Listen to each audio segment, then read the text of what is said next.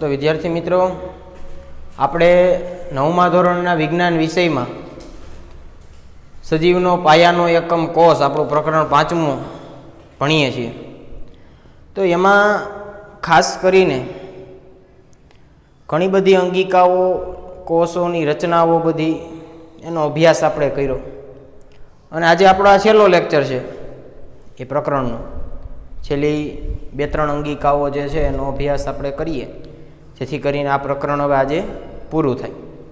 બરાબર. અને ખાસ એમાં એક અંગિકા છે, બહુ જ અગત્યની અંગિકા છે. બરાબર. એને કહેવાય કણાભ સૂત્ર. અંગિકાનું નામ શું છે છોકરાઓ? કણાભ સૂત્ર. આનું અંગ્રેજી નામ માઇટોકોન્ડ્રિયા.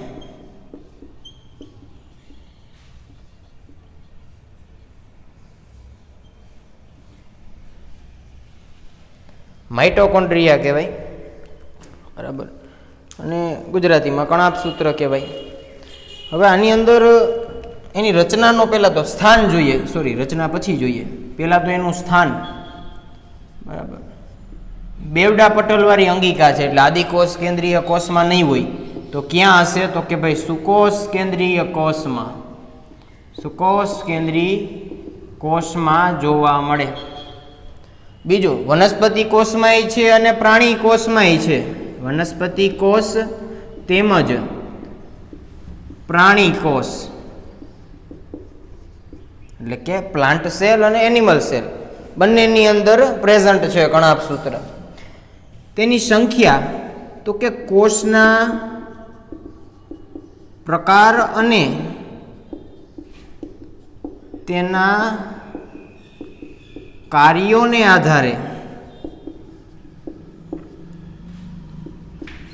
સંખ્યામાં ફેરફાર હોઈ શકે.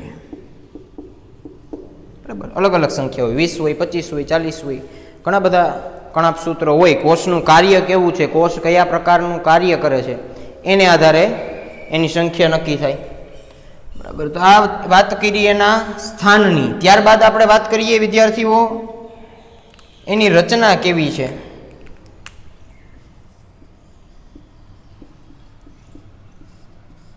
તો એની હું આકૃતિ અહીંયા દોરું એટલે તમને આઈડિયા આવે કે ખરેખરથી કેવા પ્રકારનું છે. તો બેવડા પટલવાળું છે એ પણ આપણે કીધું.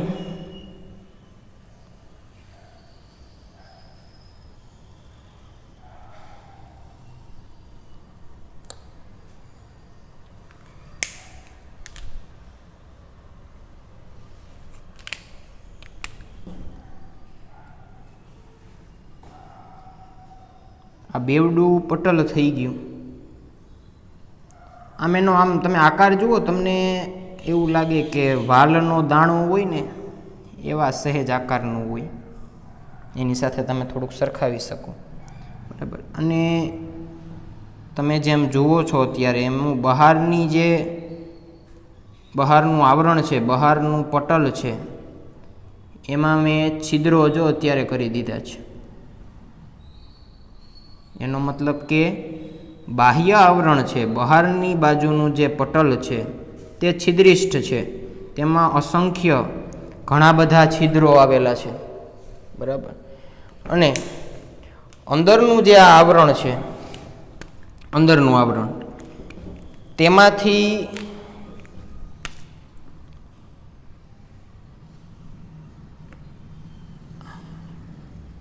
ખાસ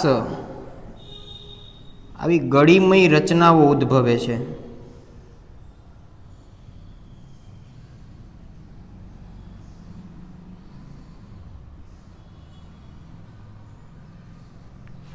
બરાબર. આવી ગળીમય રચના આવેલી છે. બરાબર. અંદરનું આવરણ જ એવું છે ગળીમય રચનાવાળું. બરાબર.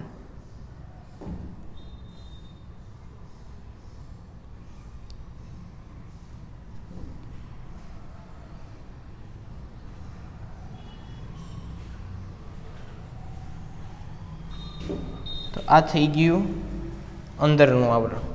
બરાબર. આ કણાપ સૂત્રનું અંદરનું આવરણ ગળીમય રચનાઓ વાળું.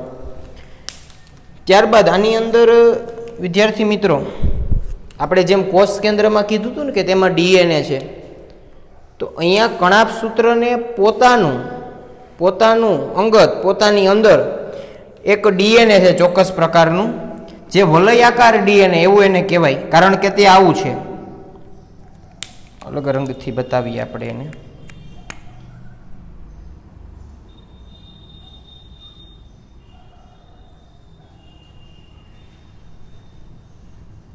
આવું વલયાકારનું, બરાબર, ગોળ આવું ડીએનએ છે એને પોતાનું. પ્લસ મેં રિબોઝોમ તમને ભણાવ્યા ત્યારે રિબોઝોમના સ્થાનમાં કીધું હતું કે કણાપ સૂત્ર અને હરિતકણ જેવી અંગિકાઓની અંદર પણ રિબોઝોમ છે, અને કયા પ્રકારના 70S પ્રકારના, બરાબર.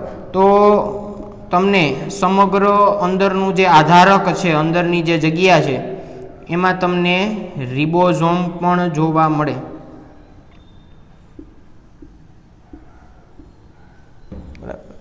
તો નામ નિર્દેશન આપી દઈએ આનું. આ વલયાકાર ડીએનએ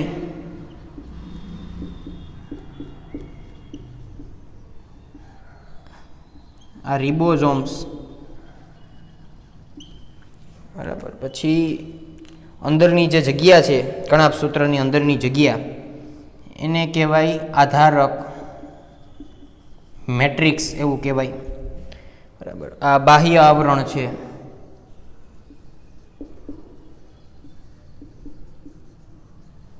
અને આ અંદરનું ગડીમય આવરણ છે, અંતઃ આવરણ. તો આ વાત થઈ કણાપ સૂત્રની આકૃતિની, બરાબર. તો આટલા નામ નિર્દેશન ખાસ આપણને યાદ હોવા જોઈએ. તો રચનાની અંદર મેં કીધું એમ શું છે, 2 આવરણ છે, બરાબર. દ્વિ આવરણ ધરાવે છે. એમાં બહારનું આવરણ છિદ્રિષ્ઠ તેમજ અંતઃ આવરણ કેવું છે, તો કે ગડીમય છે, બરાબર. આ ખાસ અગત્યનું જોજો. પોતાનું તેને વલયાકાર ડીએનએ છે, સાથે સાથે બીજું કોણ છે, તો કે રિબોઝોમ્સ. એ પણ કયા, કે જે આદિકોષ કેન્દ્રીય કોષમાં જોવા મળતા હતા, 70S પ્રકારના, બરાબર, રિબોઝોમ્સ આવેલ છે. તો આ ખાસ એની રચના થઈ, બરાબર. હવે તેના કાર્યો વિશે વાત કરીએ, બરાબર. કાર્યો બહુ જ અગત્યના છે.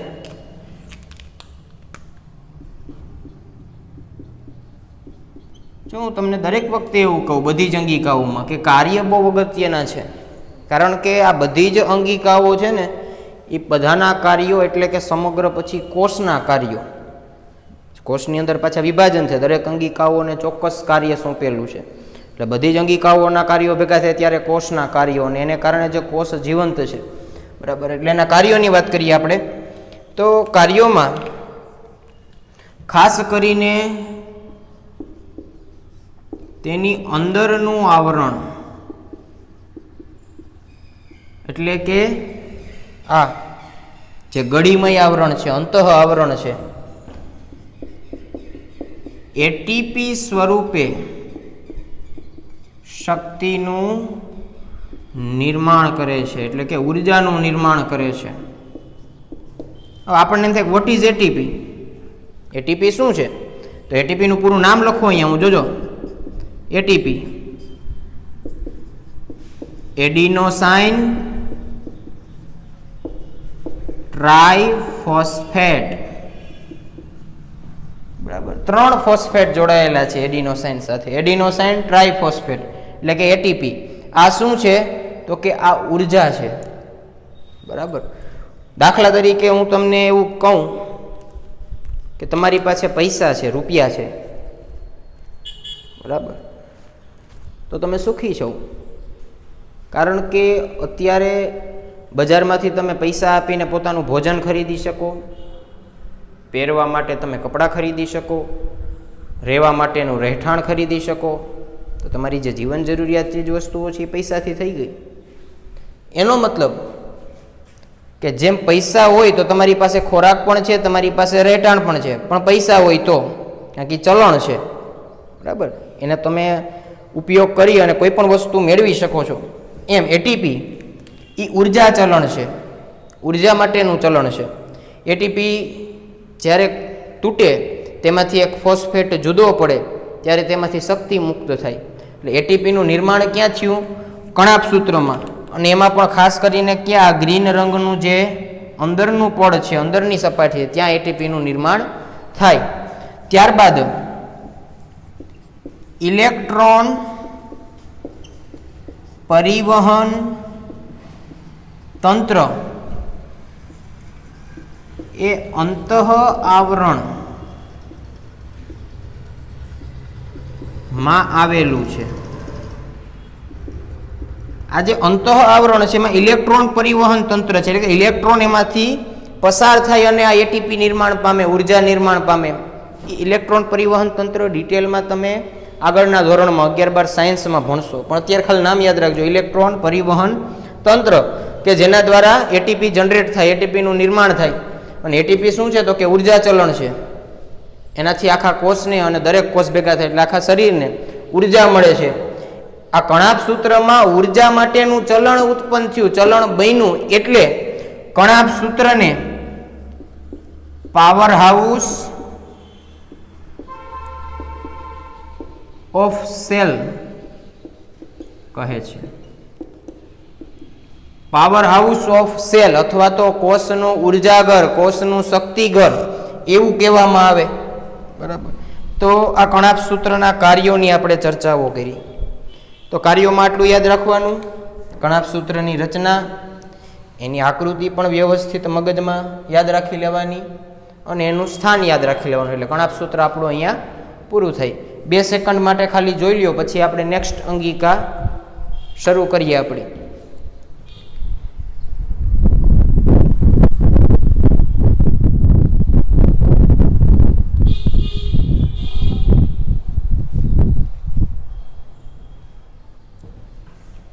ઓકે, તો આપણે હવે આગળ વધીએ.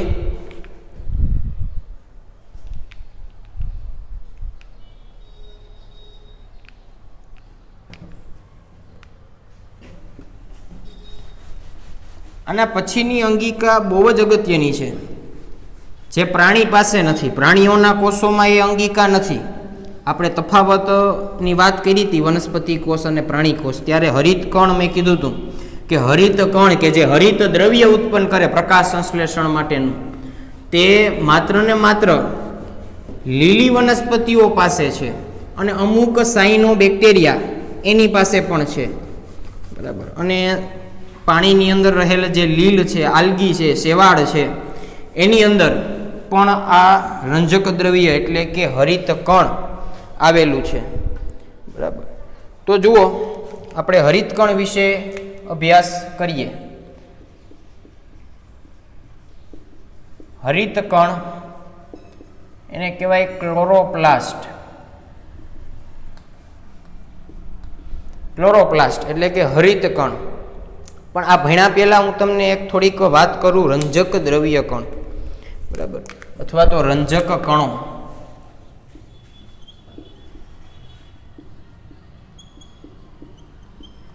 આ રંજક કણો એટલે શું? તો કે વનસ્પતિની અંદર આપણને જુદા જુદા રંગ જોવા મળે. એના જો પર્ણો લીલા રંગના હોય, છાલ હોય તો એનો રંગ અલગ હોય, કથ્થાઈ રંગ હોય. પછી એના ફળ, ફ્રૂટ એટલે ફળ આપણે જે એના હોય એની અંદર પણ એનો રંગ અલગ અલગ હોય. સફરજન લઈ લ્યો, કેરી લઈ લ્યો, કે કોઈ પણ ફ્રૂટ તમે લ્યો, શાકભાજી લ્યો, બરાબર. અને અલગ અલગ રંગના ખાસ કરીને પુષ્પો આવેલા છે. તો એ રંગ કોને કારણે છે? તો કે આને કારણે, રંજક કણોને કારણે. એના કોષમાં રંજક કણો છે. રંજક કણો 3 પ્રકારના હોય વિદ્યાર્થી મિત્રો. 3 પ્રકાર હું લખું છું અહીંયા, જોજો.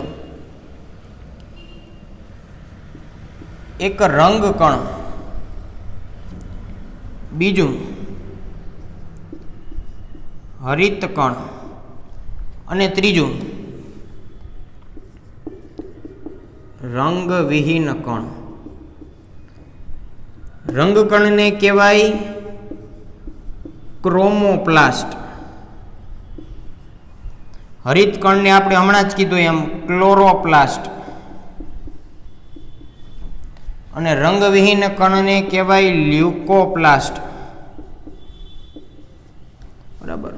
ક્રોમોપ્લાસ્ટ, લ્યુકોપ્લાસ્ટ અને ક્લોરોપ્લાસ્ટ 3 પ્રકારના છે. પછી આમાં રંગકણમાં અલગ અલગ ઝેન્થોફિલ ને અલગ અલગ રંજક કણોનો સમાવેશ થાય, પણ એ તમારે અત્યારે અભ્યાસ એનો કરવાનો નથી, આગળના ધોરણોમાં કરવાનો છે. રંગવિહીન કણોનો પણ અભ્યાસ આપણે અહીંયા અત્યારે નહીં કરીએ. બરાબર. માત્ર ને માત્ર કોનો અભ્યાસ કરવાનો છે? હરિતકણ, કે જે લીલી વનસ્પતિના પર્ણોમાં આવેલ રંજક કણ છે, એનો અભ્યાસ આપણે કરવાનો છે.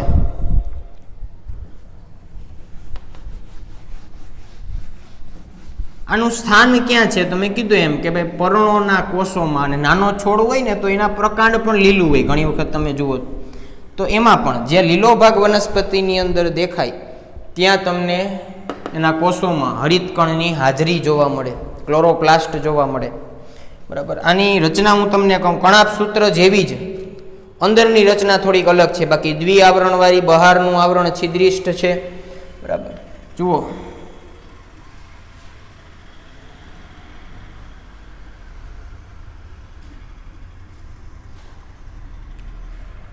આવું દ્વિઆવરણ છે, બહારનું આવરણ છે એ છિદ્રિષ્ઠ છે. આવું. બરાબર. અને અંદર જેમ આપણે સિક્કાઓની થપ્પી ગોઠવીએ એવી થપ્પીઓ આવેલી છે.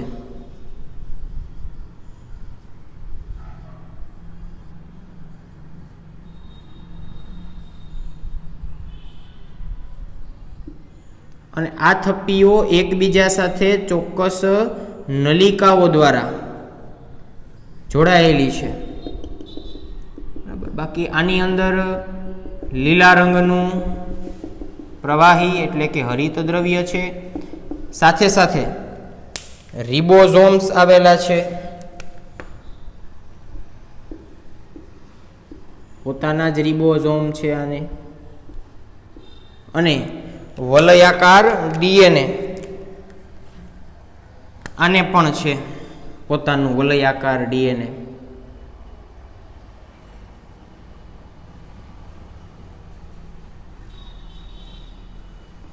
બરાબર. જો આવી અંગિકાઓ અને વલયાકાર ડીએનએ પોતાના શું કામ છે? કોષ કેન્દ્રમાં તો હતું જ સમગ્ર કોષ માટે, પણ આ અંગિકાઓ એવી છે કે જેને સતત કાર્ય કરવાનું છે. વનસ્પતિમાં તમે હરિતકણની વાત કરો તો એને પ્રકાશ સંશ્લેષણ કરીને પોતાનો ખોરાક બનાવવાનો છે. બરાબર. એટલે આવી અંગિકાઓને પોતાની માહિતીઓ, અલગ અલગ ક્રિયા કરવાની માહિતીઓ માટે વલયાકાર ડીએનએ આવેલું છે. સાથે રિબોઝોમ છે પ્રોટીન સંશ્લેષણ માટેના. હવે નામકરણ આનું કરી દઉં તમને. આ બંને આવરણો છે, અંતઃ આવરણ અને બાહ્ય આવરણ. આ જે સિક્કાની થપ્પીઓ છે એને કહેવાય ગ્રાના. ગ્રાના. બરાબર. અને એક સિક્કો હું લઉં, એક સિક્કો, તો એને કહેવાય થાઇલેકોઇડ. અને આવી બે ગ્રાના એકબીજા સાથે ચોક્કસ નલિકાઓ દ્વારા જોડાયેલી છે, એને કહેવાય આંતરગ્રેનમ પટલ. આંતરગ્રેનમ પટલ કહેવાય. બરાબર. તો થાઇલેકોઇડની થપ્પીઓ આવેલી છે, આખી થપ્પીને કહેવાય ગ્રાના, એકને કહેવાય થાઇલેકોઇડ. આવા ઘણા બધા થાઇલેકોઇડની થપ્પી છે, અને આ થપ્પીઓ પણ પાછી એકબીજા સાથે જોડાયેલી છે. કોના દ્વારા? આંતરગ્રેનમ પટલ દ્વારા. બાકી રિબોઝોમ છે અને વલયાકાર ડીએનએ છે.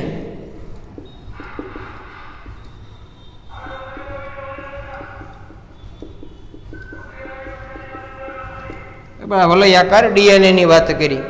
તો આટલી વસ્તુઓ હરિતકણની અંદર આવેલી છે.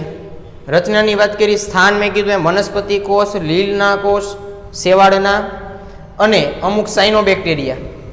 એમાં પ્રાથમિક કક્ષાનું હોય. આવી અંગિકા ત્યાં હાજર નથી સાયનોબેક્ટેરિયામાં. બેક્ટેરિયા આદિકોષ કેન્દ્રીય કોષ ધરાવે છે, પણ તેની અંદર આવું લીલા રંગનું હરિત દ્રવ્ય છે, બરાબર, રંજક દ્રવ્ય છે, જેને કારણે તે ફોટોસિન્થેસિસ પ્રકાશ સંશ્લેષણની પ્રક્રિયા કરી શકે છે, બરાબર. તો આ હરિત દ્રવ્યનું નિર્માણ કરે છે. આ હરિત કણ છે અને એની અંદર નિર્માણ પામે જે દ્રવ્ય એને શું કહેવાય? હરિત દ્રવ્ય, બરાબર. અને અંગ્રેજીમાં કેવું હોય તો ક્લોરોફિલ. હરિત દ્રવ્ય ક્લોરોફિલ ક્લોરોપ્લાસ્ટમાં બને છે એટલે ક્લોરોફિલ, હરિત કણમાં બને છે એટલે હરિત દ્રવ્ય. તો હરિત દ્રવ્ય બને છે. આના કાર્યોની વાત કરીએ તો કાર્યોમાં ખાસ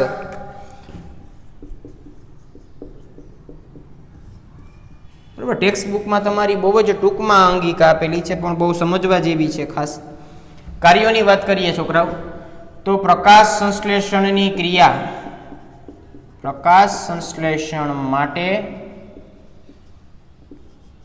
નું અગત્યનું દ્રવ્ય એટલે કે હરિત દ્રવ્ય નું નિર્માણ કરે છે, જેથી કઈ ક્રિયા શક્ય બને છે? પ્રકાશ સંશ્લેષણની. અને વનસ્પતિ પોતાનો ખોરાક પોતાની જાતે બનાવી શકે છે, બરાબર. તો પ્રકાશ સંશ્લેષણ માટે હરિત દ્રવ્ય જોઈએ, પાણી જોઈએ, વનસ્પતિ પાસે હોય. હરિત દ્રવ્ય સૂર્યપ્રકાશ એ પણ જરૂરી છે, જે વનસ્પતિ વાતાવરણમાંથી લઈ શકે. અને કાર્બન ડાયોક્સાઇડ એ પણ વાતાવરણમાંથી લઈ શકે. એટલે આટલી વસ્તુ હોય ત્યારે પ્રકાશ સંશ્લેષણ થાય. તો એમાંની એક વસ્તુ હરિત દ્રવ્ય કોના અંદર નિર્માણ પામે છે? તો કે આની અંદર, હરિત કણની અંદર. એટલે હરિત કણ અંગિકા બહુ જ અગત્યની છે. અને ત્યારબાદની અંગિકા છે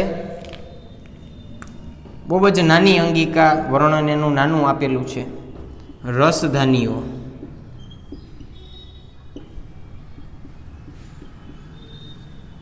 બરાબર, રસધાની.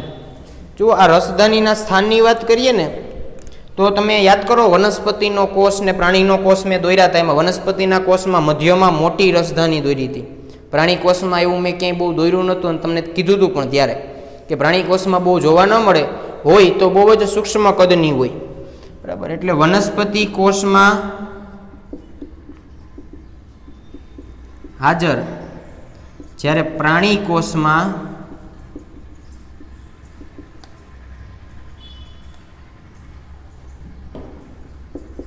ગેરહાજર અથવા સૂક્ષ્મ કદની હાજર, બરાબર. અમુક શક્યતા હોય કે હાજર હોય પ્રાણી કોષમાં તો સૂક્ષ્મ કદની હોય. આનું ખાસ તો રચના તો પોલી કોથળી જેવી છે. રચના બીજી કાંઈ યાદ જ નથી રાખવાની. એક જ આવરણવાળી કોથળી જેવી રચના, એ પુટિકા છે. એની અંદર ખોરાકનો સંગ્રહ થાય, જુદા જુદા દ્રવ્યોનો, પ્રોટીનનો, લિપિડનો, આ બધાનો સંગ્રહ થાય વનસ્પતિ કોષની અંદર, બરાબર. અને ખાસ કરીને અમીબા જેવા પ્રજીવોમાં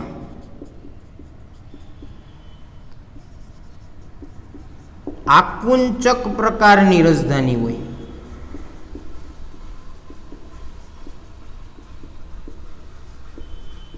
આકુંચક પ્રકારની રસધાની, ઓલી તો સાદી આવી મેં કીધું ને કે પુટિકાઓ સ્વરૂપે હોય, બરાબર, વનસ્પતિની અંદર, ક્યારેક પ્રાણીની અંદર. પણ આ આકુંચક રસધાની કેવી હોય? તો એ કંઈક આવી હોય,